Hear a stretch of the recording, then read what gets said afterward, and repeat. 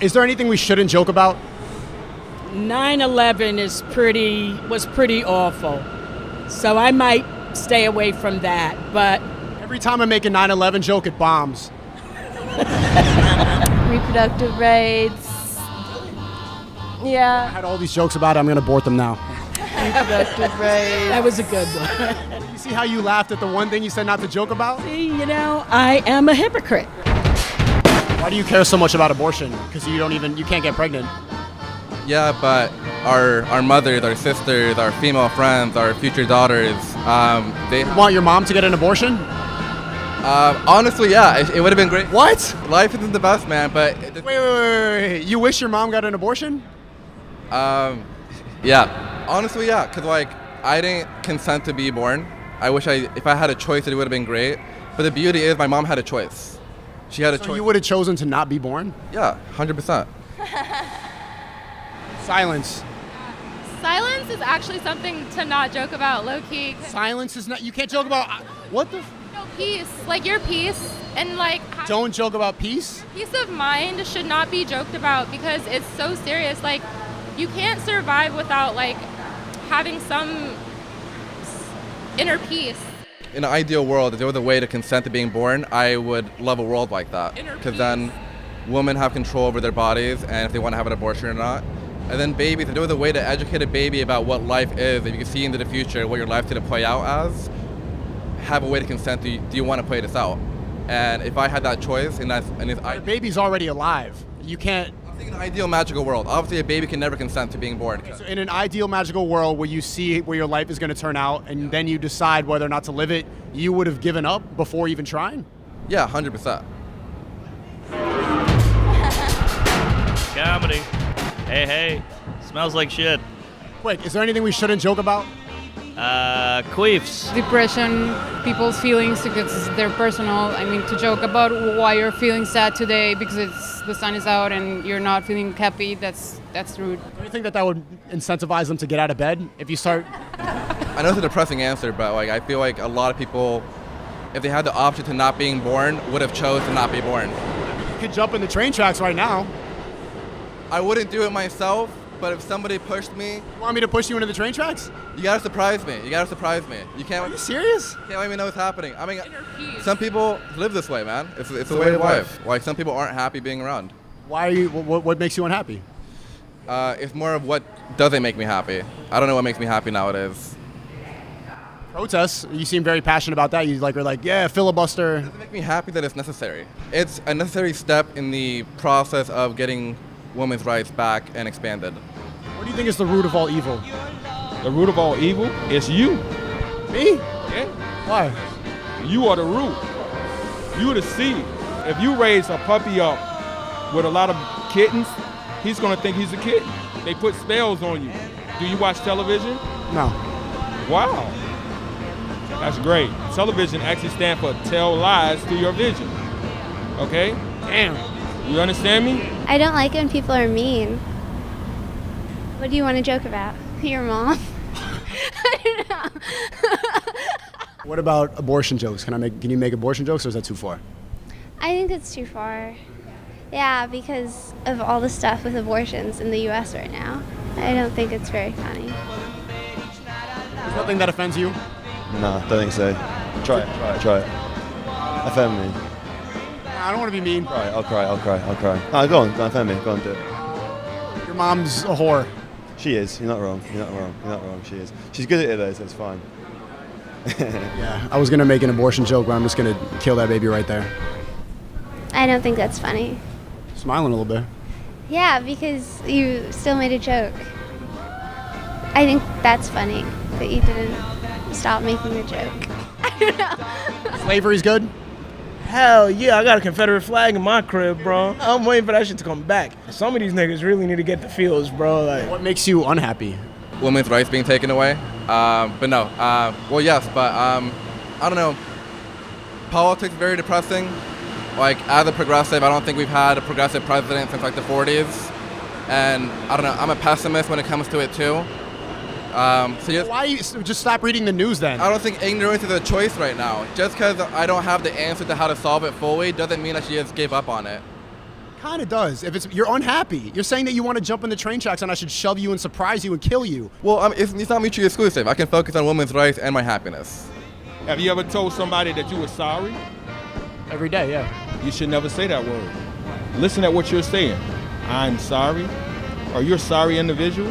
Are you sorry? Are you listening? Words are spelled. Say hello. Say it. Hello. Hell is low. Who taught you? Damn. You never should say good morning. Never say good morning. I don't let people say that to me. That's a curse, it's a spell. Good is good. Are you mourning somebody? Whoa. That's death. The reason you said the reproductive rights is because of the Roe v. Wade thing that just happened? Yeah, it's like, I mean, it's just an especially, like, it's a topic that's, you're going to get emotional responses because it really does affect everyone, and to make jokes about it right now would be insensitive to the people who are, you know, without any options. I think if you can't make light of that, then, like, you get too serious into your own head, and that's when you get too angry. Do some shit that you'll regret, you know? It's like freak out on camera or something like that. I think we have a right to be angry right now. If I've known someone for 8 years and I know they don't like slavery or they're just another black person, they're like, oh, we should bring slavery back, you are a dick rider. If you're like, oh, you can't joke about that, it's like, I totally can. I'm a yogi, so that's why I love these things. Yeah. Are you an empath? Yeah, I think so. Are you an empath too? Yeah, I could be an empath. Yeah. What about you? Are you an empath? No. What's a high value person? I don't know what the fuck that means. Like, I don't know. I feel like that's like a white people thing. Like, white people like call people high value. Like, what the fuck does that even mean? A high value person? I mean, these questions are high key intense. I'm like, what do you want to talk about then? If we're on a podcast, we got a microphone. What else? You want a soft questions? How was your day? I don't know. Let's talk about your tattoos. What's the story behind them? Okay. Thanks for coming on. That was fun. That's a great question. I do stand-up comedy. Black people make white people jokes all the time. That's their lane. But white people can't make black people jokes. That's not their lane. Why? That's just how, I mean, like, you know, there are a lot of nuances that go into it. I'm sure, you know, white people can make jokes about black people, but if the butt of the joke is not the person or their race specifically, then it's all right, you know? What's your darkest joke? My darkest joke? I have this joke about, I talk about how I know gambling is an issue. You know, my grandma, she lost everything to gambling. Everything. And I felt really bad, but it's not my fault I had better cards, you know? Can a homeless person be high value? Yeah. Last night I gave two homeless people a slice of pizza. They were probably today being like, that was really nice of her. Now that's probably very arrogant of me to be like, oh, they're thinking about me in the day. But it's like, why can't they be high value? Because they don't have any money or a house or a shower. Is that value to you? Yeah. I mean, it depends. I did a homeless one. Why not? Yeah. Homeless and like, what are you trying to say? Homeless? Like not having a home? Yeah. Cardboard box homeless woman. Cardboard box homeless person. I don't know. You meet somebody, right? And you feel a way towards them. Why not date them? Maybe you can make them better. I actually saw a thing recently. A girl started dating and now has 2 kids in a house with a homeless person. It was an incredible story. Could you do that? I am not going to say yes and I'm not going to say no because that means no. No, but you don't know. My boyfriend could have come up to me and be homeless, and I'm like, is it the connection or is it the person? COVID taught us walking dates. COVID taught us dates that you can't go in somewhere, you can't do things. We walked around and got to know people. So you could date a homeless person with a heart of gold? Depends. If he's homeless but he's clean. Clean homeless guy, he showers once a week at the YMCA. Because I want a clean person to be with me. Are you guys gonna go on dates? To the park? I mean, I don't care. I can treat him sometimes. Again, like, I suppose there's a stigma with homeless. Like, you're thinking, washed out, no clothes, like, passed out on the street. But that's not every homeless person. New York homeless is probably different to Irish homeless. We have homeless that do have somewhere to stay, a couch to sleep on. To be a high value person, your character, you have to stand tall on character and not fall into those things. Like even that question is like, would you date a homeless person? It's like, what do you expect me to say? No. Nah, definitely not. Fuck that bitch, she smell. Right? Yeah! Crazy. That's crazy though. Isn't that more honest? I mean, is it honest though? I feel like homelessness is not something to joke about either.